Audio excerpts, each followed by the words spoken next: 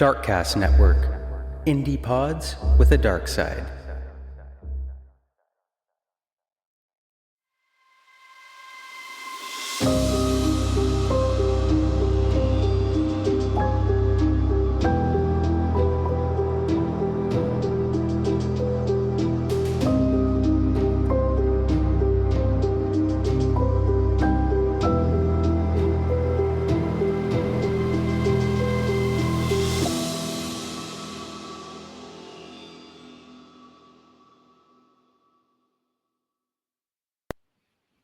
Autumn's Oddities is a strange and unusual podcast made by the strange and unusual, me, Autumn Gruby. Each week, I'll be taking you through some of the creepiest cases true crime has to offer. It won't only be true crime, I'll also be covering cryptids, haunted places, haunted things, and the true stories that inspired horror movies. Listen every Monday and Friday for new episodes. And remember, if it's creepy and weird, you'll find it here.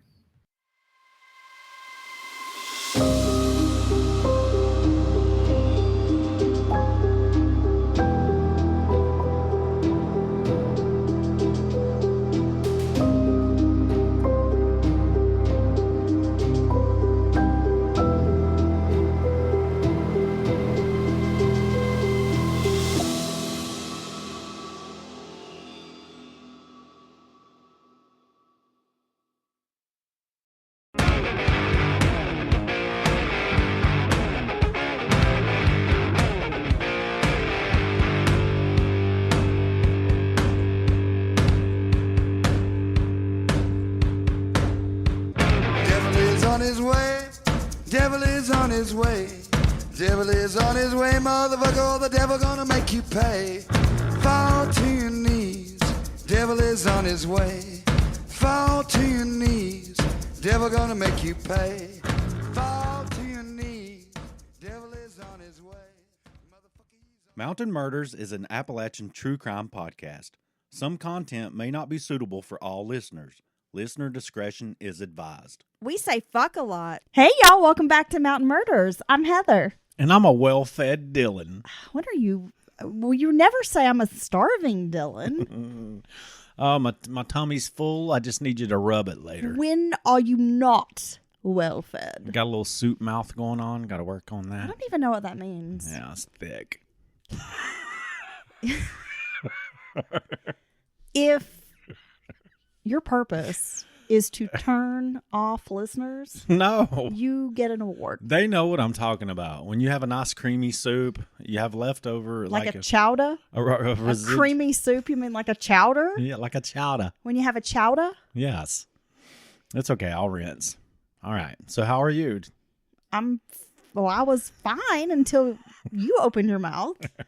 I can't help you. Until you opened your soupy mouth. I was great. Your soup mouth, bitch. We've had a nice day. Fall is in the air. Ah, yes, it's right around the corner. I planted some vegetables today. Man, I like that. I like how you're bringing in this late crop of greens and such, right? Yeah, I planted some curly kale.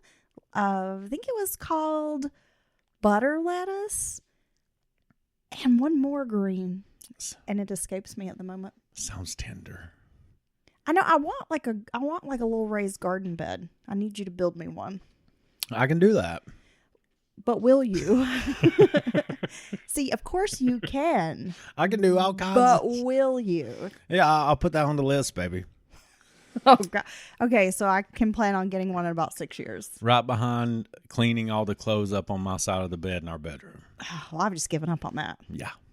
You know, I was digging through this pile of clothes the other day. I was like, why am I living like this? I have this nice dresser like feet away, empty drawers, and like literally all my clothes are over here in a chair.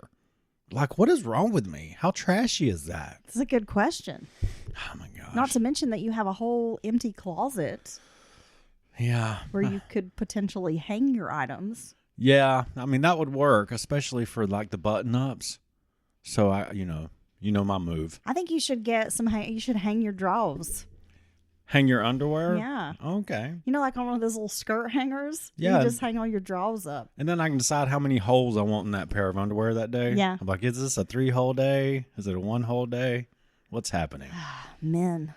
I know you got this big pile of shit, and then you're always like waking me up or just generally bothering me at like 3 a.m, asking where your clean socks are. Yeah.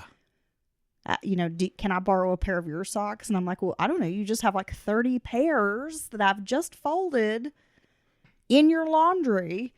Because we know my socks are not in the sock drawer. And then you go digging through a laundry basket like, thanks, baby. Oh. Yeah. And this is why we work, babe. Is this why we work? That's one of the reasons. I don't know if this is working, baby. Before we get started, Dylan, there's one more thing. I know what you're going to say. I want to start a Mountain Murders GoFundMe so we can buy you a toupee. I'm obsessed with buying you a toupee, and I want you to wear it. No, you got to give people some backstory on this. Oh, no, they know about your bald spot. No, for one, I don't have a bald spot. I have huge. a very small spot patch of hair that is possibly thinning. It's like a maybe. $silver pancake back there. And see, a silver dollar. Exactly. Pancake. Which are the size of a silver dollar. That's why they're called that. And so anyway, They're bigger than that. we're watching the Golden Girls, right? Which, by the way, I've never seen a grown man laugh and cackle so hard watching the Golden Girls. Hey, that was good comedy. You were really into it. That was good And comedy. then you were telling me that you think Blanche is hot. I said that for, You were lusting. an older woman. You were lusting over. She's not that much older than you, bud. Well, if she was in a time cap, like in suspended animation. Well, I'm saying in the show, she's not that much older than you. Well, yeah, but she was when I was a young kid watching. Well, she ain't now. So anyway, Papa. I said, well, look, Blanche is, I don't know. I know. I could. You was feeling frisky. And you looked up all the Golden Girls, and they were all beautiful women back in the day when they were younger, right? Just when they were young. You were over there talking about how Blanche is hot. No, but it's when she was younger. And so what? Blanche was a little hot. Okay. But anyways, Stan gets his toupee snatched off. So Dorothy snatches Stan's toupee. yeah, so I knew it was a toupee. It looked terrible. well, I think that was part of the gag. It was a horrible toupee. And now Heather is on a mission. She starts searching for like an hour. Well, I just wanted to see, what toupees are available. Is that still a thing? I mean, I don't know anyone who wears a hairpiece. Do you? But they've taken toupees to the next level. Dude, I found one. This is why I want to go fund me, Dylan, because it's like $180. Yeah, these are quality. You could have this luscious, like long hair. You could look like Billy Ray Cyrus. So I can get me a Billy Ray Cyrus toupee. Yes. Oh my God. There's also one that's like it's a picture of Jason Momoa. And I guess it's supposed to be like some hairstyle he had at some point. Okay. It's like a big old swoop of hair. Yeah. Yeah. I want Fabio's hair. Well, that's why I was trying to get you the Billy Ray Cyrus. I think it even has highlights. It comes pre-highlighted. It's all long and has some highlights. I wonder, I don't know which one would look best. The highlights. And at these prices, we'd be locked in. I wouldn't be able to have multiple toupees. So, Well, yeah, we'd have to have multiple GoFundMe fundraisers because I'm not spending $180 of my hard-earned money to buy you a toupee. well, look, and You you just couldn't, walk around with your bald spot. you couldn't expect any of our listeners to spend their hard-earned money on a gag gift. Let's be It's honest. not a gag because you're going to wear it. Because nobody gets pre-toupeed before they're even bald, bruh. That's ridiculous. I want you to get this. I want you to look like Billy Ray. At that point, it's just a wig. It's not even a toupee. If I have this lush head of hair, I'm covering up with this toupee. Well, It's yeah, I mean, ridiculous. that's basically what it is. It's like a man wig. Okay. So if it's a man wig, do they call it a MIG? No, but you should open that shop. The MIG shop? Man wigs. Man wigs. Making men feel comfortable wearing wigs. Making your man witch feel comfortable in a man wig. Man witch. Your man witch. You're my man witch. Oh my gosh. So, all You're right. cheap and very filling. I think we should move away Meaning from I get my fill of you quite often. move You can go over there. away from my very small possible thinning spot in the back of my head. Why is it always about you? It's about the toupee. Well, I think saying I have a bald spot is like I don't know what they call that. It's defamation at the very least, because it's obviously an untrue statement made to Okay. third parties. Again, why are we talking about you? Okay. Why is everything about you? Maybe we're trying to make it about Billy Ray right now. You just want me to have a Kentucky waterfall. It's not a Kentucky waterfall. No, this is current Billy Ray. This is 2024 Billy Ray when he's got like long rock star hair. Oh, the long straight? Yeah, Oh, that's no. what the toupee is like this, or the wig Dude. is like this long hair, and it's brown, but it has like the highlights. I thought you was talking about achy breaky And Billy. then we're going to get you some skinny jeans and with the sparkles on the back, like on the pockets. Some buckle jeans. Nobody wants to for see me men. in skinny jeans That's not true. because these There's got to be at least 3 people out there who want to see you in the skinny jeans and the man wig. I think we should move on to true crime. That's fine. That's Yeah. fine. We're going to get this fundraiser started, and we're going to have a very special gift for you soon. Thanks. Look, don't test my achy breaky heart right now.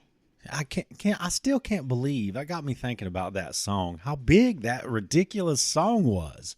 It was everywhere. You could not escape hearing achy breaky heart. Look, Americans, we have always been an unserious people. Okay, we had the achy breaky heart song.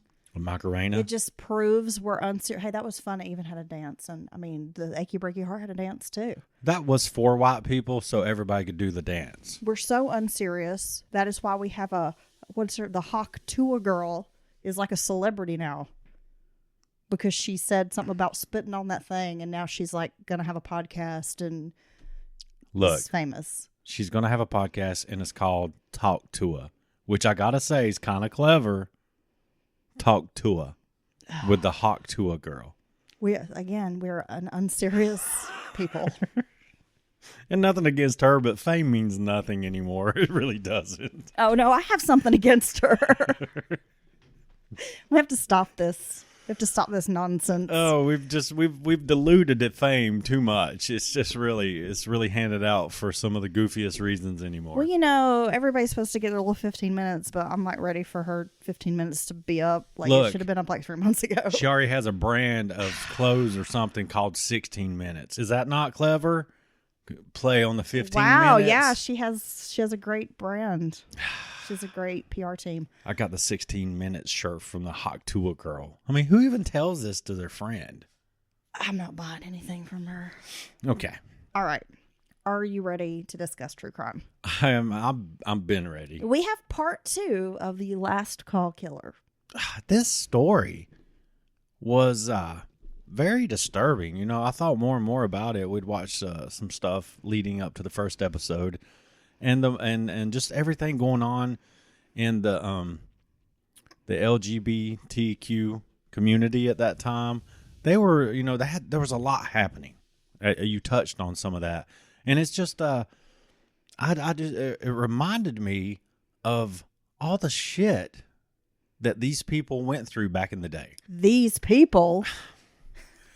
Just kidding. Look, I want to say LGBTQ plus. Is that okay? Is that Yes. community? But back then it was just, it was like the gay the community. queer community. Is that? Is the gay community, and all they wanted was to be left the hell alone and treated like everyone else. To do their thing. Just do my thing. If they wanted to hawk on it, they wanted to do that in peace. They wanted to do that in peace, and they didn't want anyone worried about it. Love is love. They didn't want their anything in their bedroom or love lives legislated.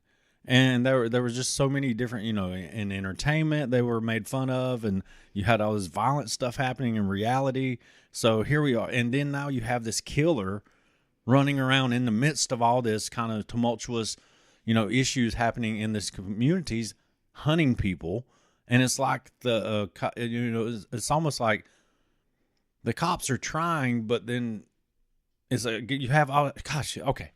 My mind's racing. Well, I think we watched the Max documentary called I think it was called Last Call. Yes. Yeah, I think that's what it's called.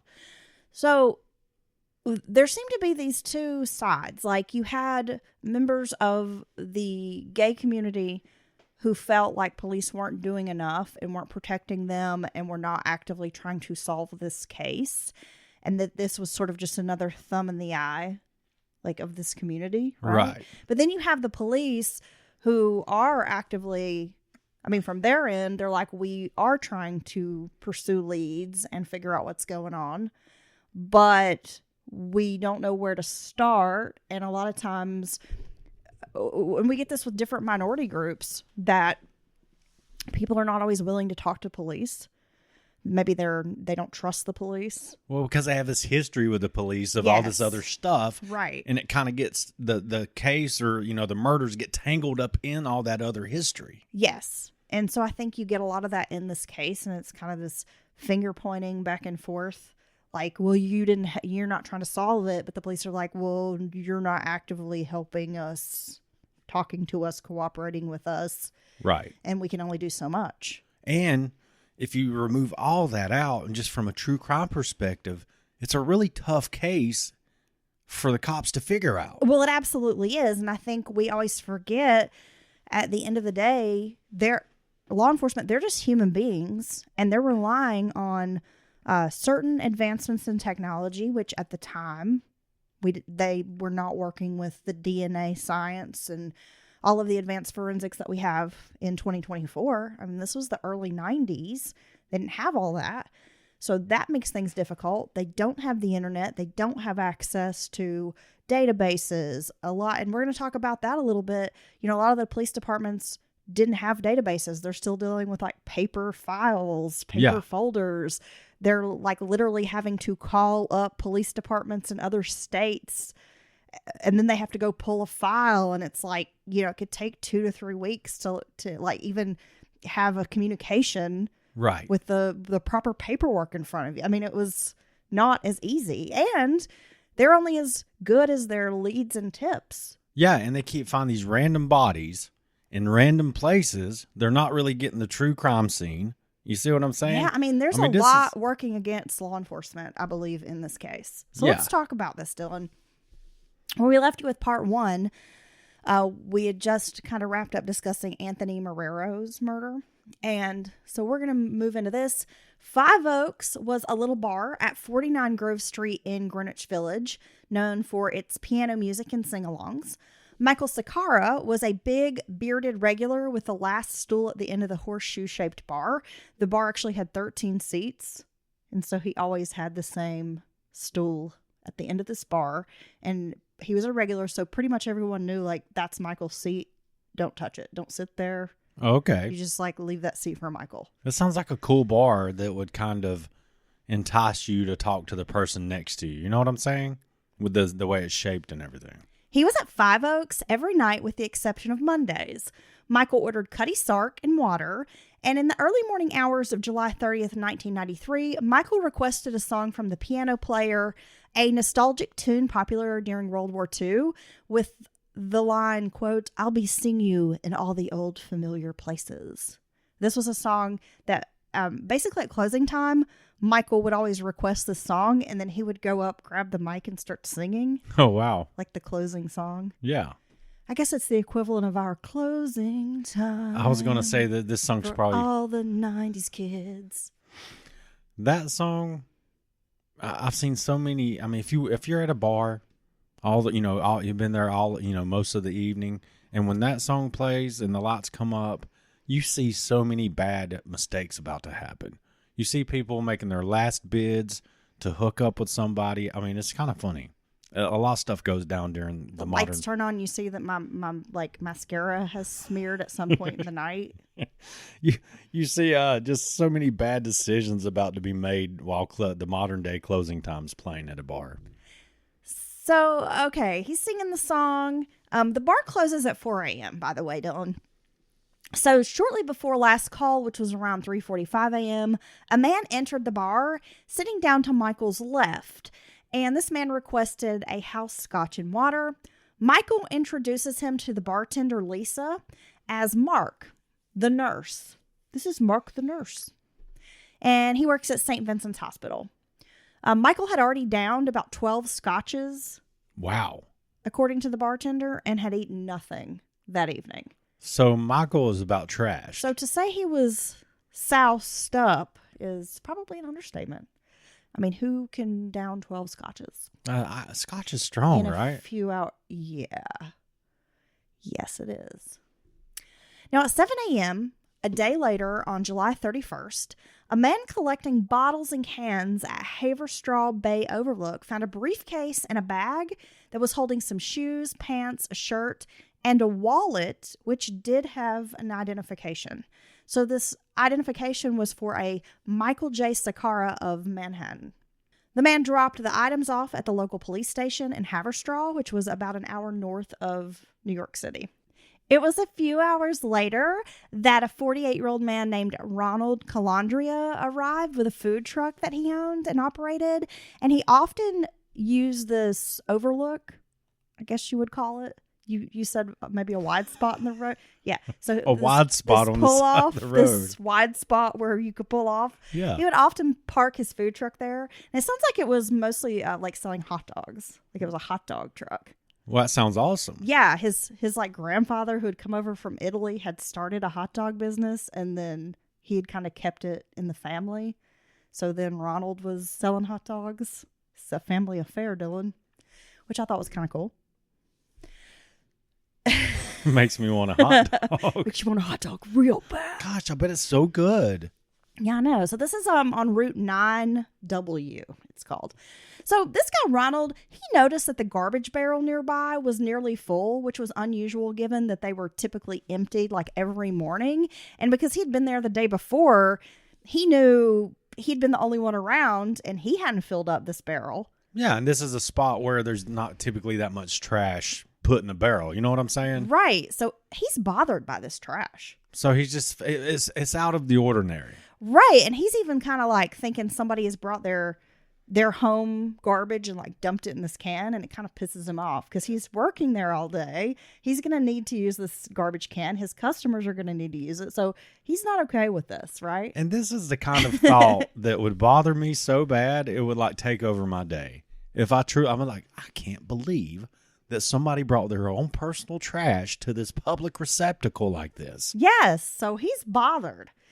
So he opens up one of the trash bags. It's all tied up. He's thinking maybe he could open it and there might be someone's personal mail in there and he can figure out who did this. Like, he's very upset again. But when he unties this trash bag, Dylan, a face was staring at him. Oh my God. It was a head in a bag. Yeah.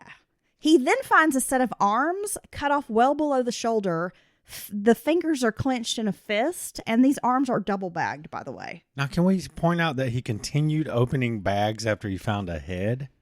He's trying to figure out who dumped this because he doesn't like they're using his trash can. Wait a second. Does he think that somebody's mail's going to be in there with somebody's arms? No. Yes, that's exact. No, Dylan. I mean, this is crazy.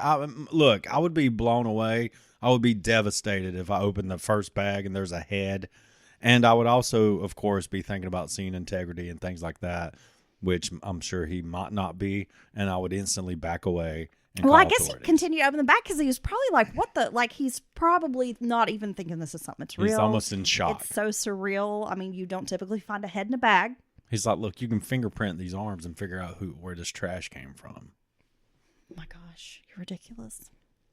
So, kind of in the meanwhile, in the meantime, this is happening, he has customers pulling up. And so he's got to try to explain to them like, yeah, I can't serve you a hot dog right now. So he tells one of the customers, you need to drive to the police department and get me someone out here. Now, it's clear to law enforcement when they arrived that the body parts hadn't been there for very long. They knew the crime scene was elsewhere. They determined because there was no blood in or around the trash cans, there was no sign of a struggle. A mile-long stretch of this Route 9 was closed off so police dogs could search for additional body parts. And it didn't take long to ID the victim because someone had already dropped off this man's clothes and ID and briefcase at the police station. So the minute they get a look at this face, they're like, wait, that matches up to this ID that was dropped off earlier. Wow. Yeah. Of course, they begin their search. They go to Michael's studio apartment. He lived at the studio apartment since 1964. It was like in a co-op. I think he paid like $45,000 or something to buy it. Despite being cluttered, which I thought was insane, $45,000 for an apartment to live in New York City. It probably would cost like $3 million now. Yeah, right? Really. Despite being cluttered, law enforcement determined it was not the crime scene. There was no evidence of a struggle there, no blood, nothing like that. No evidence a body been dismembered. Right. Michael, they had discovered, also had been in a long-term relationship until 7 months before. He was born in Youngstown, Ohio in 1937. His parents were both poorly educated, and his father had spent some time in the Ohio State Reformatory for robbery, which he always denied. He always, claimed he was innocent. But they worked hard to provide for their children. They kind of did like menial jobs, like mom was a waitress, a housekeeper. Dad kind of did blue collar work. But, they did provide a good home for their kids. The house was filled with domestic violence, according to Michael's sister, and the father-son relationship was corrosive. Michael's mother was physically abusive at times, even chasing him around the house with a cast iron frying pan. Damn, so it's just like a house full of just turmoil. It sounds like it. Yeah. His father was a bigot who hated anyone who wasn't straight and white. Michael was a smart student who was interested in music and theater. He had a girlfriend in high school, but left her when he joined the Army. His family knew that he was, quote, different, but they didn't exactly know what that meant at the time. Youngstown was considered the capital of Steel Valley, where mills employed big burly men, and homosexuality was unwelcome. So even if Michael knew who he was, he would not have been able to live out in the open. Right. He enlisted in the Army as a medic in 1954, serving for 3 years until he was given an undesirable discharge, which was often the citing for a discharge when someone was gay. Oh, it's just an excuse to get rid of them. Pretty much. So it's been said he was probably kicked out of the Army for being gay. He moved to Arizona briefly to study pre-med, then set up in Manhattan in 1961. According to everyone who knew Michael, he lived a quiet life. He was a foodie. He liked good wine. He enjoyed music, theater, the arts. He was known for entertaining his friends. He had a little piano in his apartment. So he would have friends over and they would drink and he would play piano and sing. He sounds like a great guy. Dude, I know. I'm like, this guy sounds fun. Yeah. Like, I want to hang out with Michael. I would totally hang out with Michael. A cousin recalled, quote, he was full of life, never sat still. And also called him like the life of the party. Like the party, when Michael showed up, the party started. Michael's ex-boyfriend, Jim Baffin, told investigators that Michael was not the type to pick up men. Michael never had money. He lived paycheck to paycheck, and he was a pack rat. Baffin believed that Michael likely knew the killer because he was very cautious. He said, quote, he wouldn't have gone with him if he had just met him because that was just not Michael's style. He was not into one-night stands. It was not his scene. He wasn't hooking up. So, see, this is interesting from the standpoint of this doesn't sound like the type of person that a killer would be able to get, to overpower or get in a position where they could do something. He's a big dude. Oh, really? Michael's like probably over 6 feet tall, like maybe 6 or above, and probably 200 something pounds. Like he's a big burly dude. Big beard, big guy. So that's the other thing. Like, he's not a small. I mean, Peter Anderson, the first victim, was a very like diminutive little guy, weighed like 100 pounds and was like 5'4". Right. But Michael's not. I mean, Michael's a pretty big dude. And since Michael went to Five Oaks 6 nights a week, investigators focused on interviewing patrons at the bar. They learned that Michael worked as a typesetter for the New York Law Journal and considered himself to be like an intellectual. So when he was at the bar hanging out, he wanted to have these like deep, like philosophical conversations and talk about politics and literature and, an article he read in the New York Times. Like he wasn't just sort of, I guess a superficial person. Right. An autopsy determined that the body parts were in good condition, with little decomposition. There were fractures to the skull, wounds that appeared to be caused by a heavy object because of the blunt tearing of soft tissues. Crevices appeared to be left behind in the skull too, which they believed was made by like a heavy or sharp object. Think machete, hatchet. Oh. Yeah. So it's kind of making sense in my head if this killer did befriend Michael to a point and got, him somewhere where Michael was comfortable, and then he kind of maybe sneaks up and, strikes him like with American a blunt Psycho, yeah, like Patrick Bateman style. Yeah. With like an axe. Catches him unawares and strikes him with a blunt object. Well, this is strange, Dylan. There was a star like shaped cut on the forehead. And I want I'm curious. It makes me wonder if someone like carved sort of this shape into his forehead, or if it was some kind of tool Yeah. that made this star shape. But I don't know exactly what would make a star shape. Well, I mean, possibly a Phillips screw. I don't know how big the wound is. Yeah, I mean, it almost sounds maybe like a Phillips screwdriver. If somebody poked you straight in the head with it, it would leave kind of that crawl. You know what I'm saying? Yeah. Yeah, I don't know. Strange.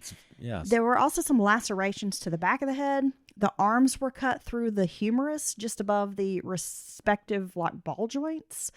The soft tissue cutting, they noticed, was a little choppy, but there wasn't much bruising, which suggested that Michael's heart had already stopped beating when the arms were removed. The bone surfaces were smooth, as if they were done by some sort of smooth-bladed saw. Horrific. And you know, I know Grisly, gruesome, all the things. I know there's very important work that these doctors do, you know, to figure out these things, like whether it was post-mortem or, you know, before they died. But just sometimes in the descriptions or the ways they figure these out, it just makes my skin crawl. Does it? Yeah. I think it's fascinating. I find it fascinating as well, but it's just you know, like what is the one, levity or whatever, where it's like the blood settles. Lividity. Yeah. Like the blood settles because the body was laying this way and then it was rolled over, you know, things like that. It just, it's just like, oh my gosh. I understand. You know what I'm saying? I do. Or like rigor mortis. Just the idea of rigor mortis alone, just really like a way it can make your hand, you know, like draw up and things like that. It's just, wow. It just makes me, I don't know. I don't know how to describe it. I mean, a lot of people feel that way, I'm sure. Death is scary. I think it's scary because it's inevitable. Yeah, I think You know what, it it's scares in- a lot of people. It's inescapable. And a lot of people are kind of weirded out or spooked or grossed out by the dead, the deceased. I don't know if it's seeing it kind of is a reminder of your own mortality. Right. Or if it's just I guess maybe the gross nature of bodies. I mean, bodies are kind of gross.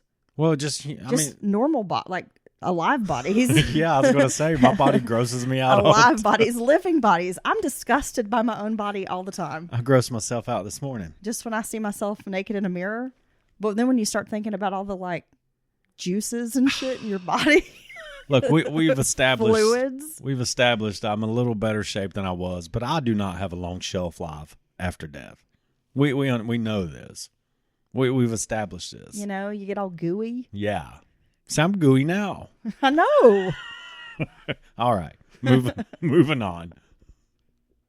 Then on August 2nd, the New Jersey police learned of Michael's case, which was in Rockland County.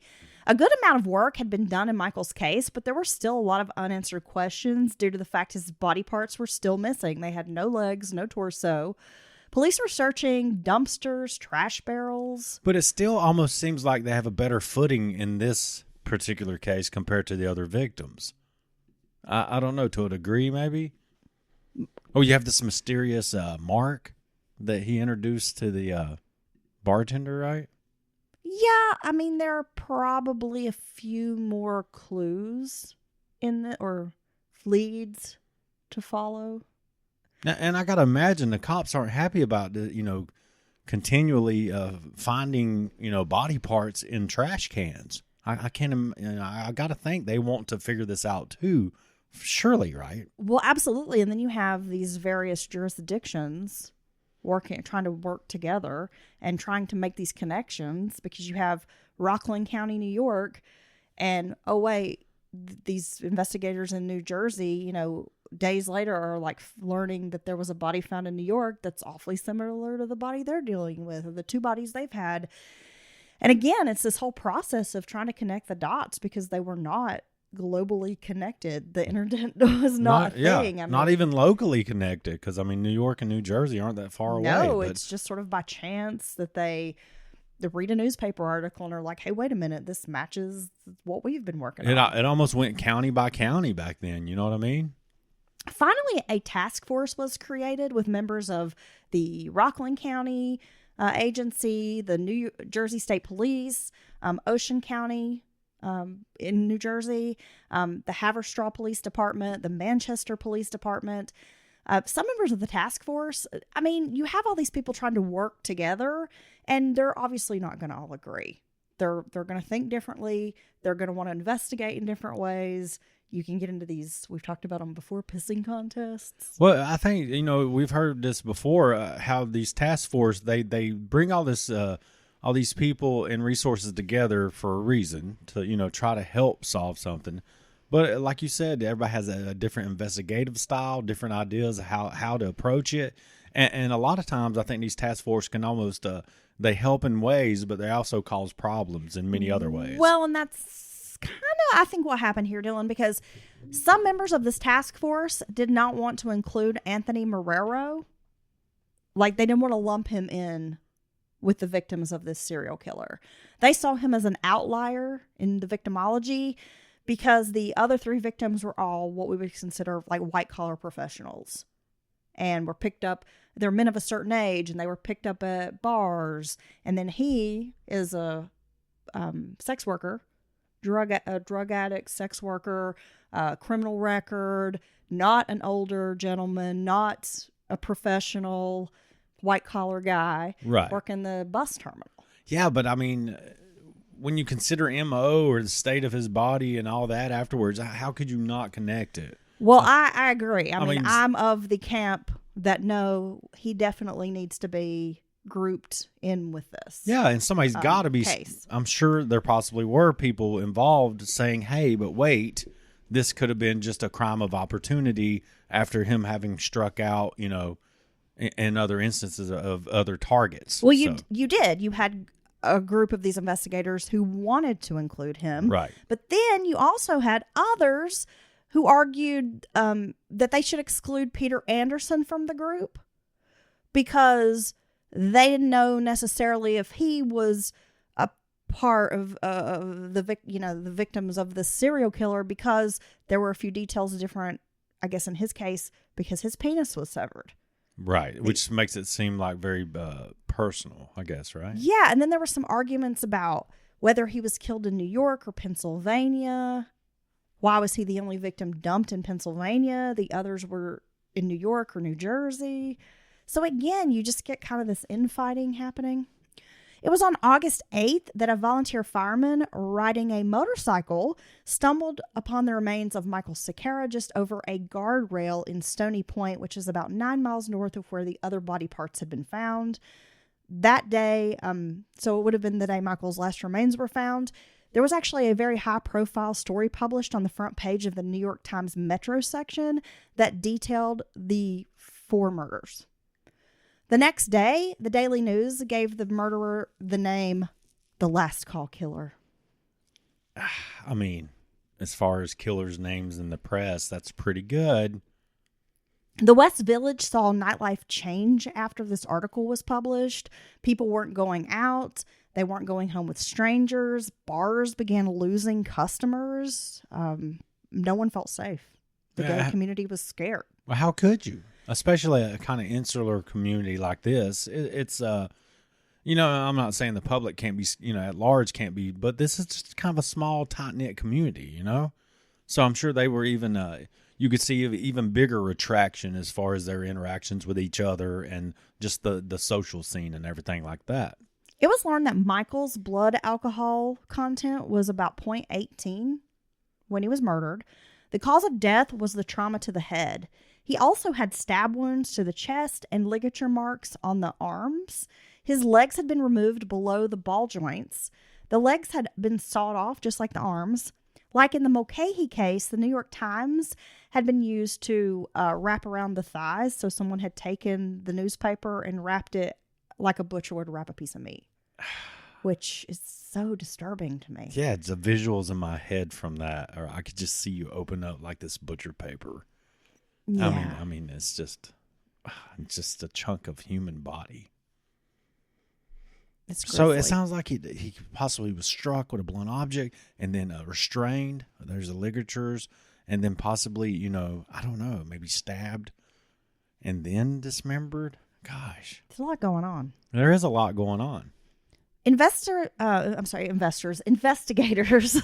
I'll invest in that martyr. They began looking into St. Vincent's Hospital because, again, the bartender said, hey, well, Michael introduced me to this guy. He called him Mark, the nurse. Yeah. Works at St. Vincent's Hospital. So during this process, the detectives also learned that there's a St. Vincent's Hospital over on Staten Island, too.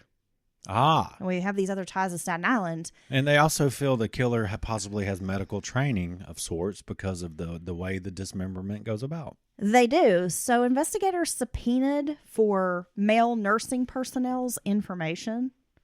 They wanted to check out every man that was a nurse at these hospitals, run background checks on them, see if anything, let's throw things at the wall and see if they stick.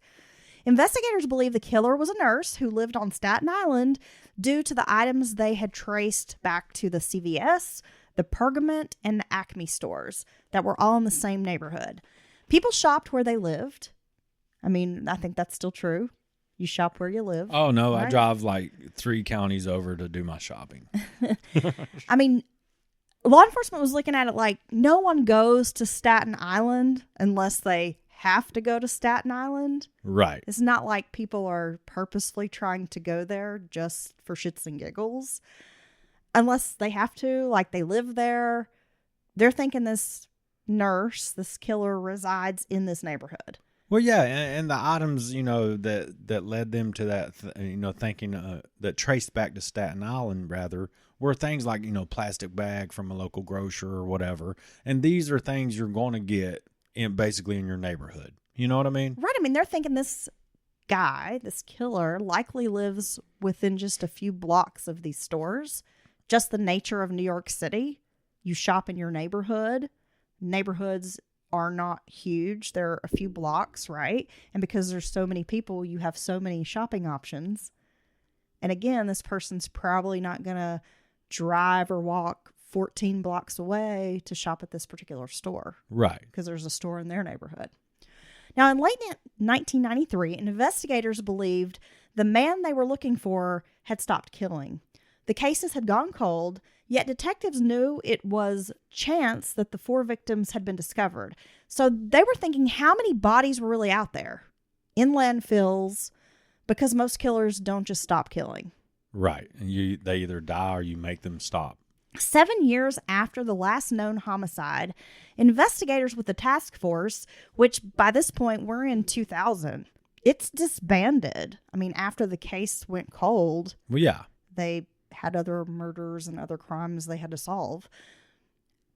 They decided to, I guess, get back together because there had been these new advances in forensic technology.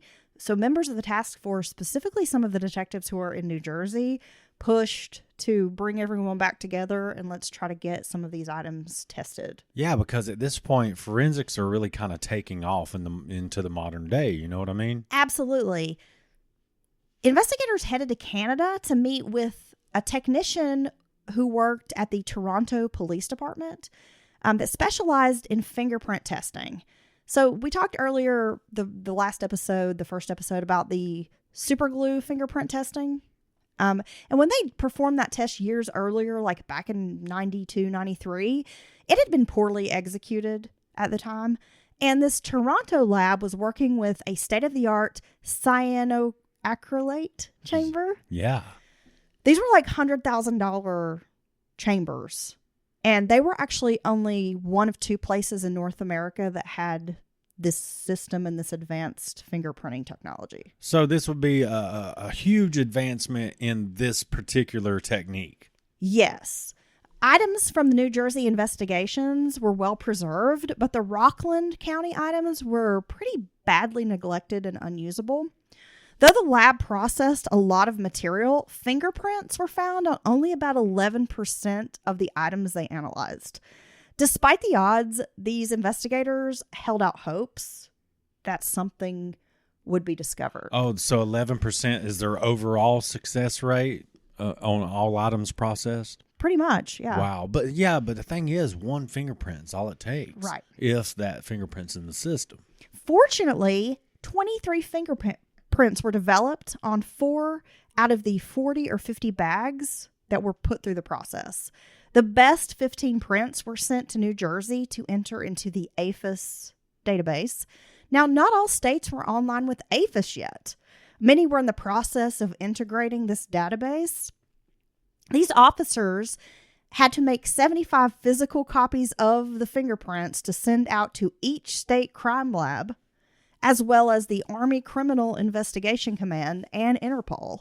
And they also had to actually call them on the telephone to say, hey, we're sending you this packet of fingerprints, expected in the mail. It should arrive within a week or two. And see, that goes back to what you were saying earlier about how things were so different and slow moving. Instead of one email blast that you could do in 10 minutes and send everything digitally, this is taking hours and days. Weeks by, a lot of different people. In April of 2001, the evidence packages were mailed out. A month later, an investigator with the task force gets a call. Kimberly Stevens, a forensic scientist in the Maine State Crime Lab, she actually worked in the latent print section. She was pretty doubtful anything would come from looking at these prints. It was a routine courtesy to other agencies when they would get a packet like this. But in the back of her mind, she's thinking like, I'll do it, but... Well, you're talking evidence they've had for years and years. And who knows how it was handled. She's probably thinking, So, yeah, I'm sure it's not a big chance of success. Right. It didn't typically yield any results. However, 2 prints had the possibility of a match. She needed to request the physical ink card from the State Bureau of Investigation, where a person was actually physically fingerprinted. Yeah. And I'd say they're probably still leaning on human comparisons then. Yes. No, that's exactly what she's doing.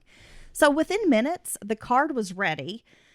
It was nearly 3 decades old from an arrest made on May 1st of 1973.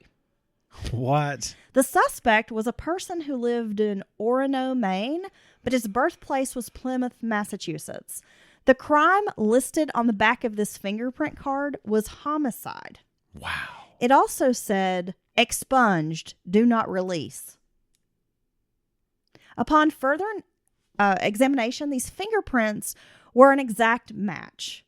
So Stevens immediately contacts the officers in New Jersey to tell them she has a match and she has a name. Wow. Richard Rogers. And you were worried that this was an unsolved case.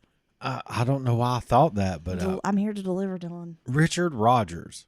And so I'm sure these investigators are blown away that with this low success rate period of this technology, how many years it's been, and all they have really this good evidence is these plastic bags. They, thank God New Jersey, preserved them in a good way, in a good chain of custody.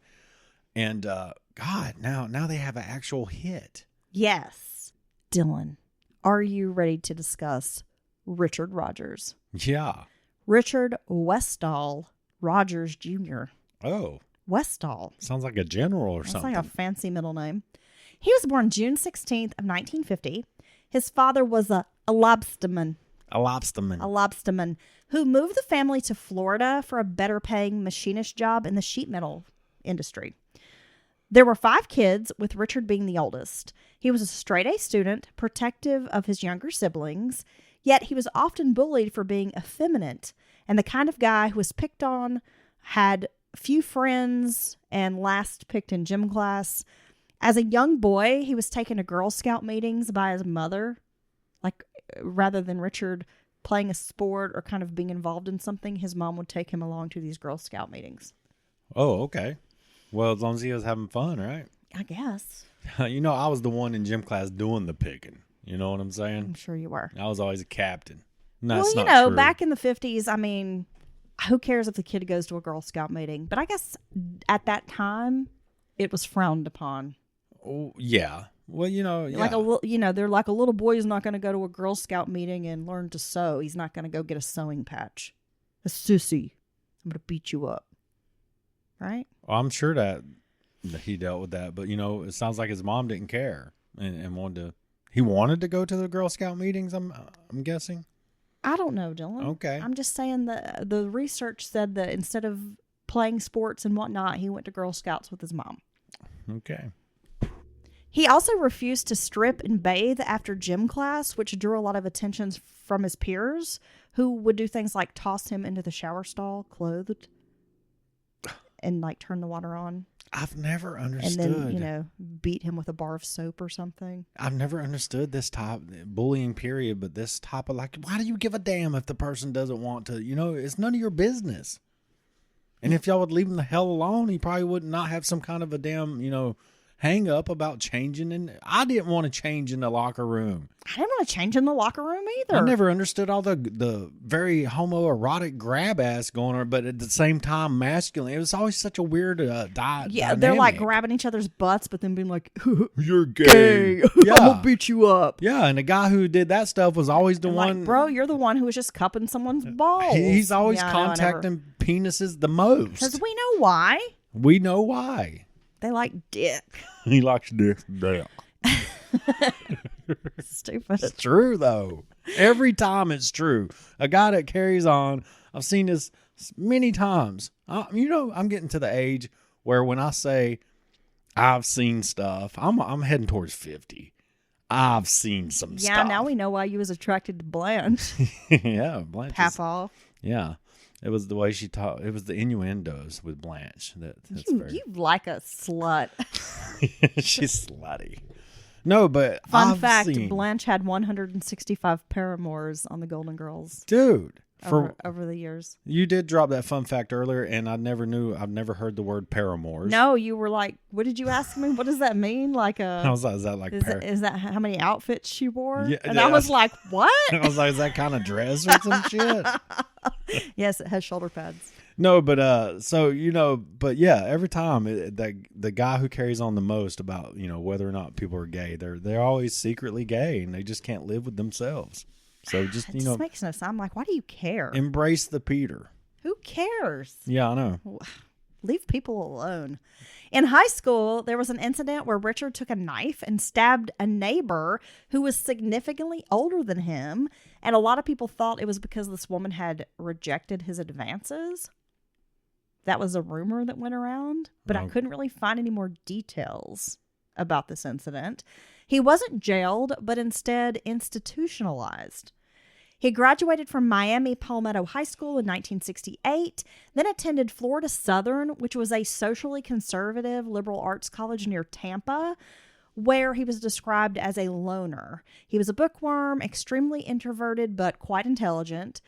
Richard graduated with a bachelor's in French in 1972. In March of 1982, Richard took a 4-week vacation in March, staying near Lakeland for a college reunion. At this time, Dylan, there was a young gay man named Matthew John Piero, last seen at a Daytona Beach bar. He was found near Interstate 4, strangled, and he had been stabbed 6 times. Wow. Looking back, once we get into more about Richard, this will be an unsolved case that investigators believe or think he may be connected to. And he was in Daytona. They found evidence that he was in Daytona at this time. Disturbing. Very. Because again, there could be multiple cases that are, that are unsolved, that he could have committed more murders. It might have not just been these 4, right?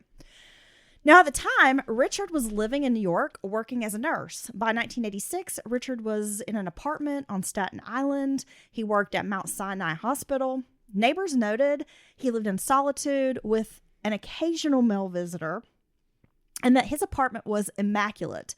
Neighbors constantly heard the vacuum running. Like he was obsessed with vacuuming his floors. Very neat guy. I like a good clean floor. I do too. I was going to say, well, my neighbor probably would think that too because I vacuum all the time. On July 11th, 1988, Richard went to the GH Club, a bar on East 53rd Street.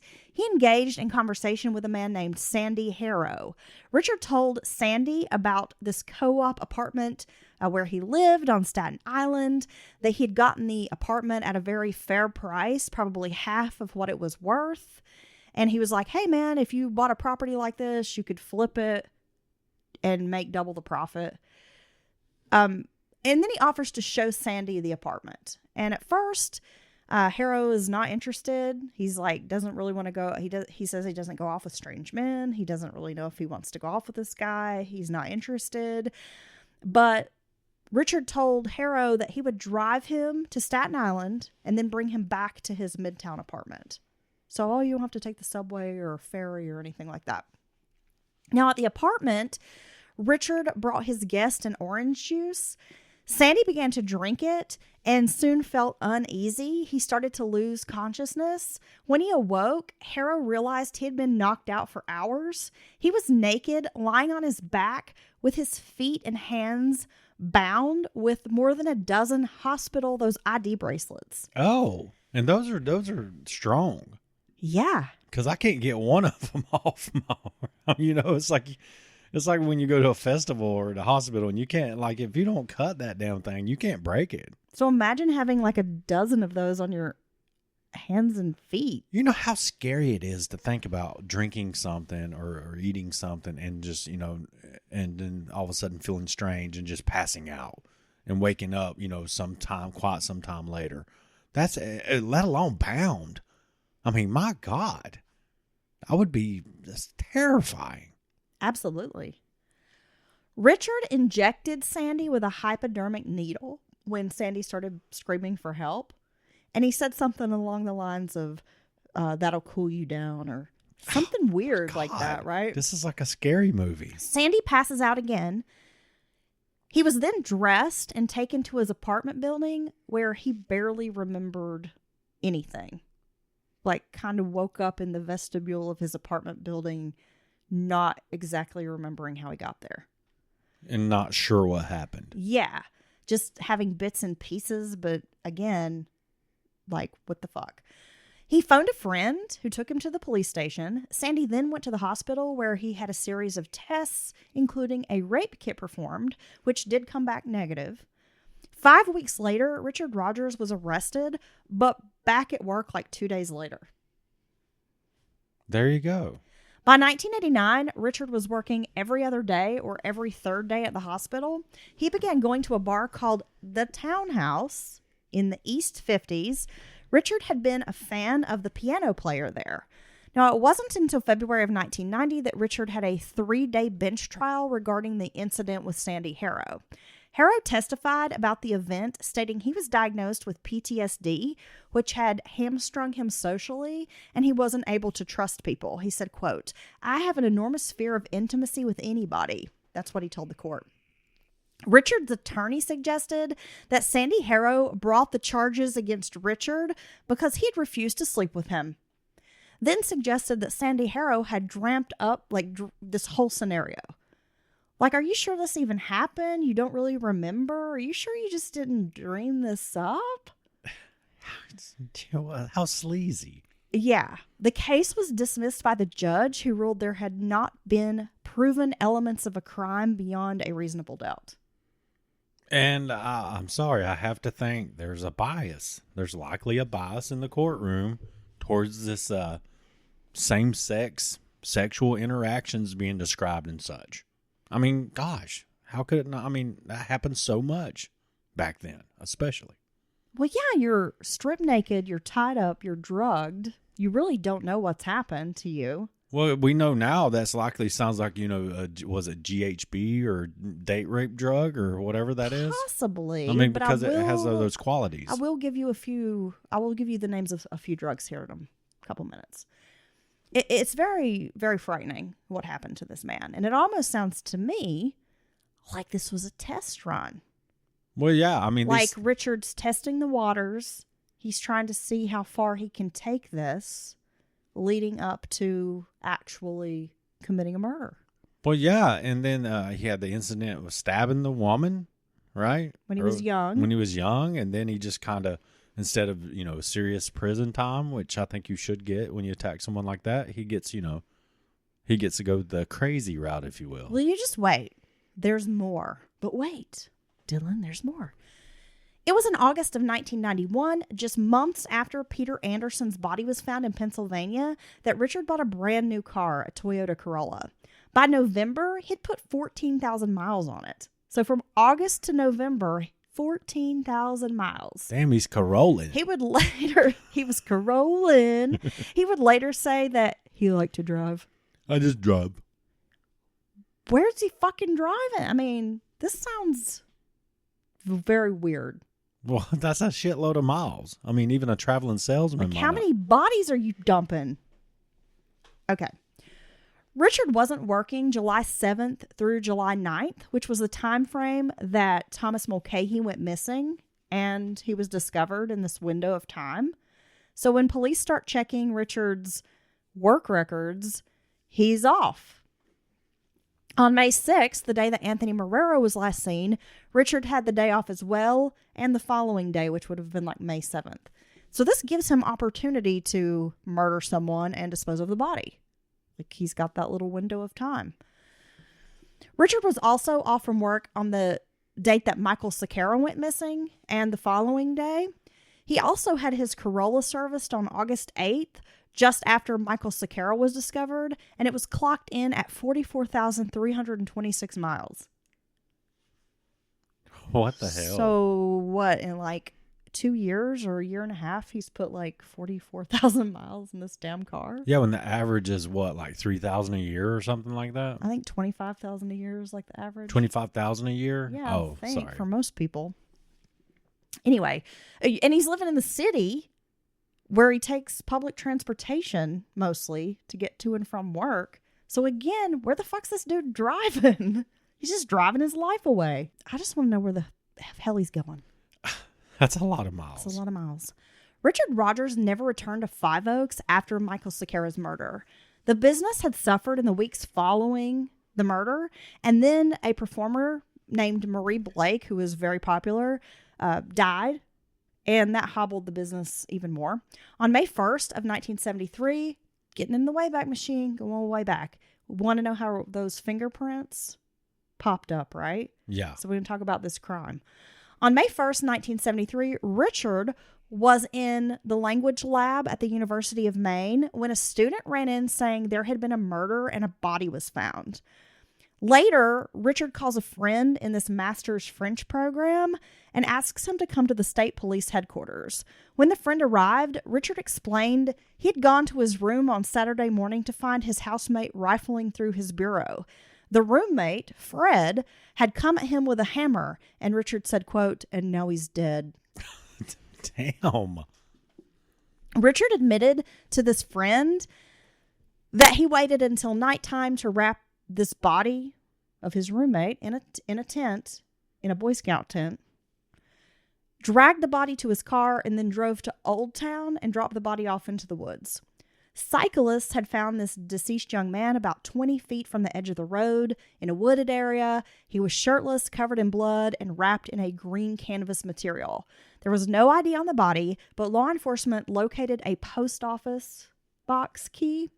It was rented by a student named Frederick Allen Spencer, who attended the University of Maine.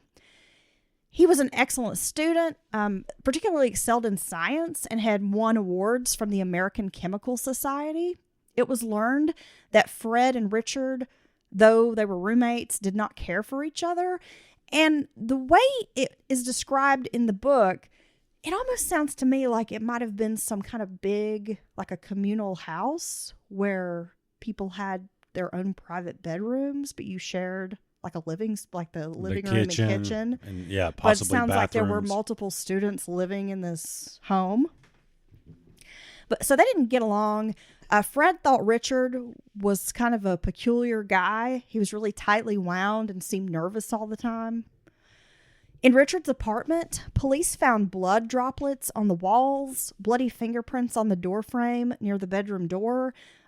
a bloody hexagon shoe print on the bathroom floor. They found a hammer under Richard's bed. Fred had suffered 8 blows to the back of the head, and Richard had placed a plastic bag over his face, which is strange. Now, how in the world did Richard get Okay, keep going. This is blowing. Look, it's like you can see the practice of his murders.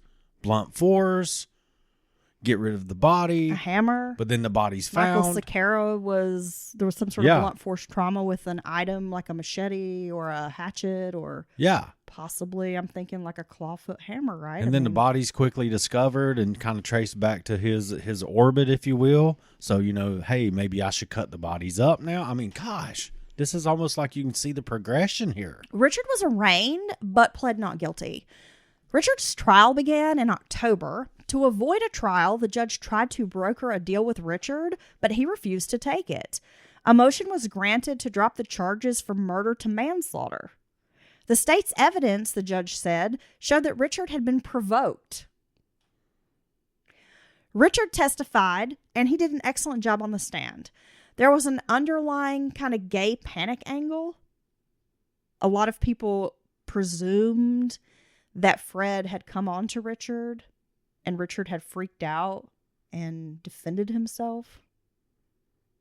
Oh, I see. But Richard's gay, right? Well, no one knew at this time. Oh, wow. I mean, he's closeted. Nobody knows that. And back in the 60s or 70s, I mean, I guess you could have a gay panic defense. Well, yeah. Look, even Which if doesn't make any sense to me, but okay. even if it's not an actual legitimate, defense, if you plant that seed, I could see it playing with jurors, honestly, because guys be like, well, if some guy came on to me, I'd Well, yeah, absolutely. And this act somehow precipitated this murder. Richard was found not guilty of manslaughter, as a jury believed he had acted in self-defense. And that's why he hid the body. Oh my gosh. I mean, dude, people, I guess there really truly have been cases of people acting in self-defense and then they're like, what the hell have I done? And then panic after the fact and move the body or hide the body. I guess that really does happen or has happened before. Well, yeah, I'm sure. But it's not a good look in my book. Well, it's not. Because I think you've got to instantly reach out for help. Honesty is the best policy. Well, especially when bodies are involved. Well, and if you're using self-defense, if that's your Right. strategy, if that's really what happened, you would want to alert someone immediately and say, hey, this person tried to attack me. And I had to defend myself. Yes. Yeah. But when you hide the body or try to cover it up, that automatically makes me think that It you were wasn't not defending self-defense. yourself No. and that you're just guilty. Now, with Richard Rogers, a nurse at Mount Sinai, as a prime suspect after this 8-year-long cold case investigation for these murders, law enforcement, I mean, they're obviously very excited to have a lead, to have like a real suspect. Yeah. It's a good look. It's a solid. Yeah. Yeah. They plan to surveil Richard Rogers. The NYPD took over the surveillance aspect, which made more sense given where he lived and worked. After 12 hours of surveillance, investigators in New Jersey get a call that Rogers was headed to police headquarters under the pretense he had been the victim of credit card theft. And these investigators in New Jersey are kind of baffled by this because their whole thing is, we wanted surveillance. We wanted days of surveillance, weeks of surveillance, like hoping to catch something. But you've only watched this guy for 12 hours and now you're going to bring him to the station. Yeah. We don't have anything to charge him with. We don't have anything to hold him. You're going to scare. I mean, this is kind of like a fuck up. They view this as a fuck up. And they're kind of like, what the fuck is the NYPD doing here? They're ruining our investigation. Well, he waits for hours at this police headquarters. And these investigators on this task force know that he's not stupid. I mean, they're like, he's a serial killer, but he's not dumb. And it's pretty unlikely that law enforcement is going to bring Richard down to the headquarters on a credit card fraud investigation.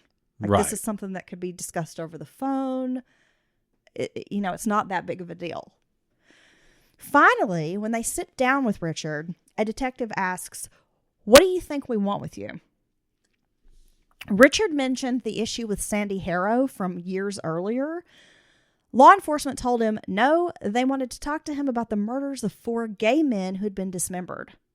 Now, Richard admitted that he had known Michael Sequeira from Five Oaks, but denied ever meeting Anthony Marrero or Thomas Mulcahy.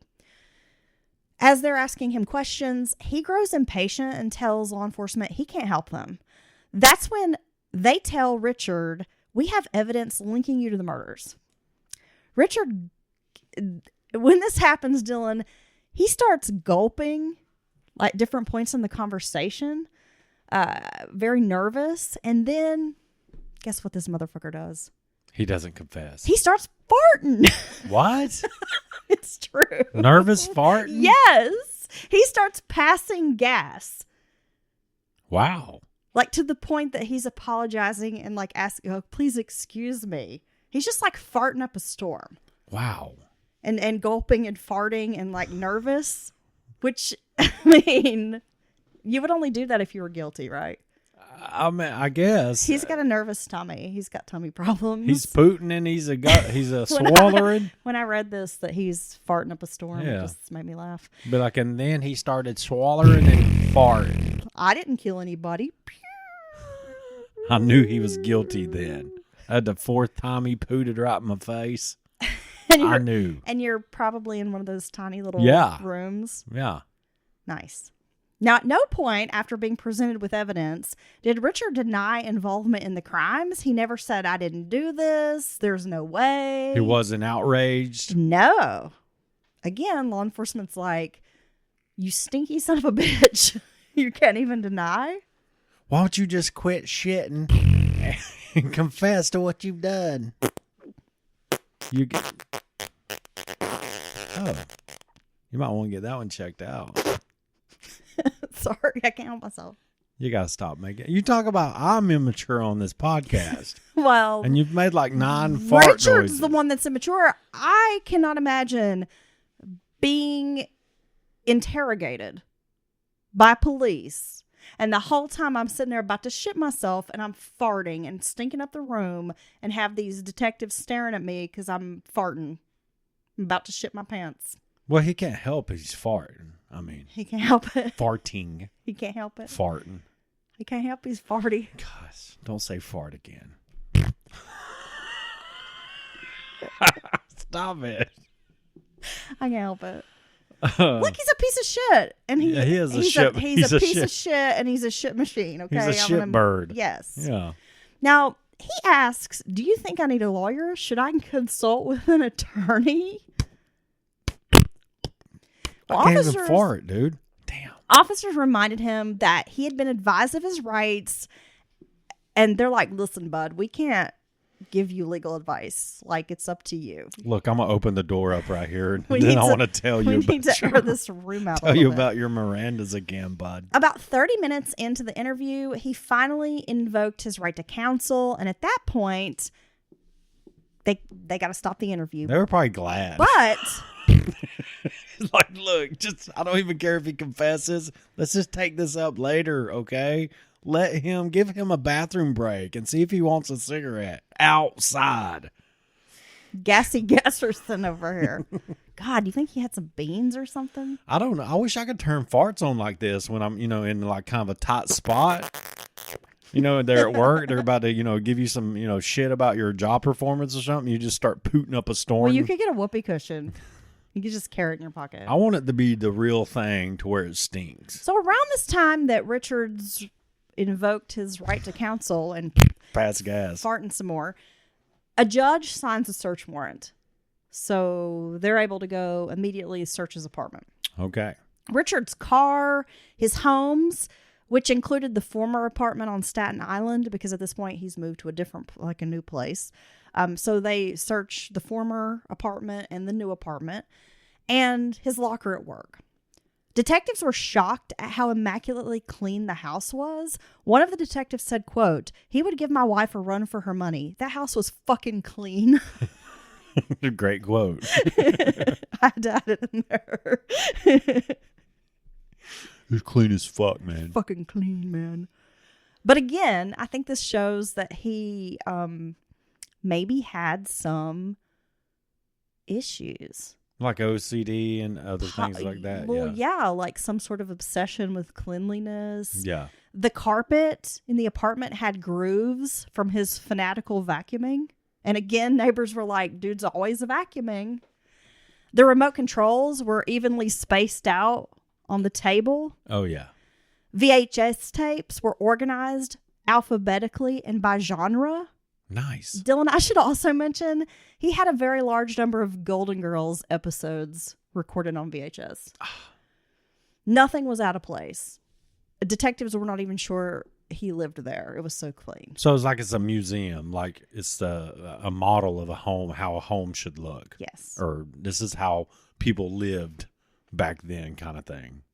How they lived back then. Yeah, as if they're 500 years in the future.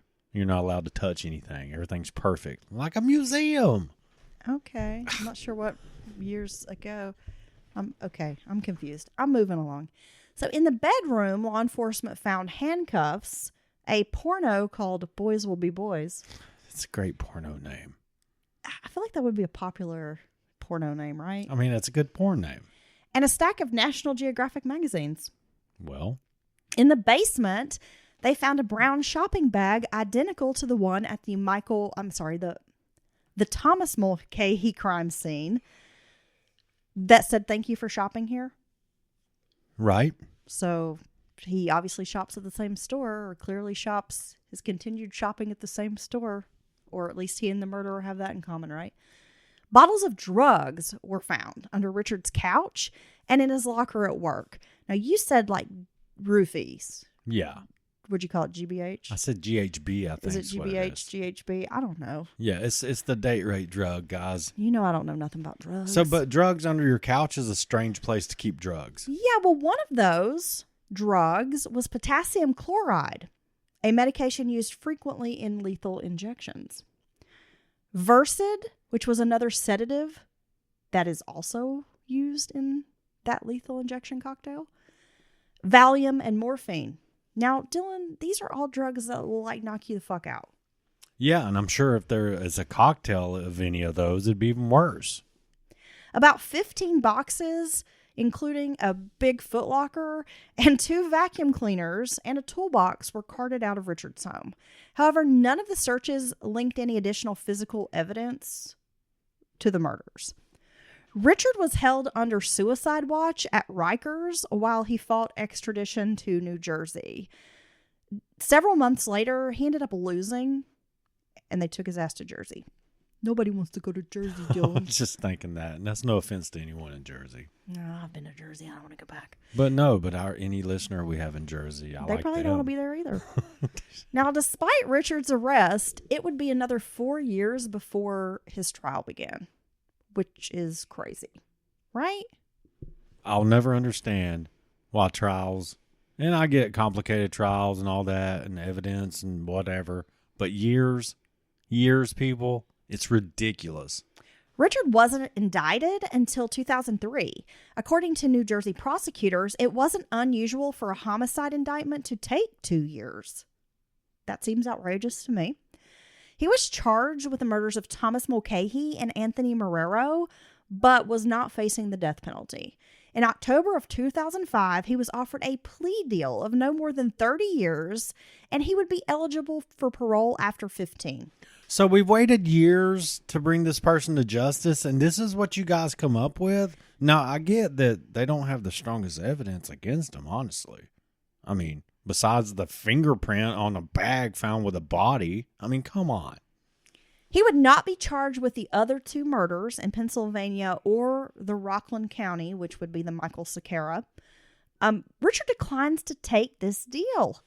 It sounds familiar, right? Now, I guess you could, as a defense attorney, actually argue that that bag was in the trash. I used that bag and threw it away. I never, and then someone else got it and, used it for some other purpose.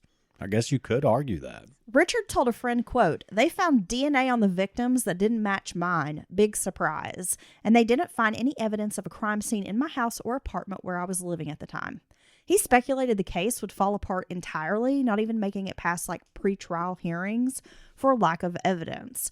But The trial forged ahead in October. It was held in Toms River, New Jersey.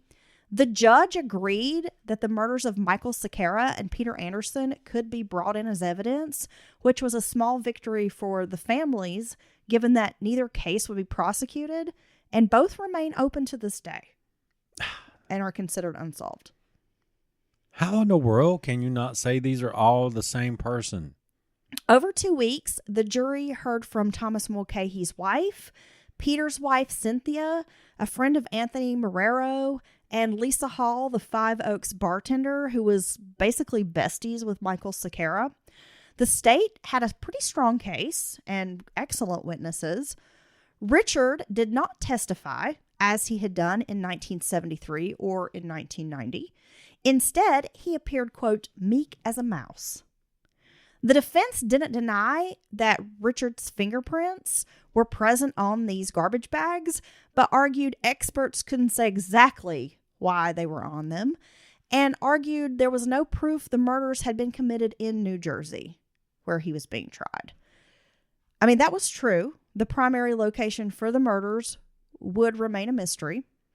But in the end, it didn't offer up reasonable doubt to the jurors who felt the fingerprints and these witnesses were enough to convict Richard Rogers on both counts of first-degree murder. And do you agree with that? Yeah. You think Richard's the person? Dude, yeah.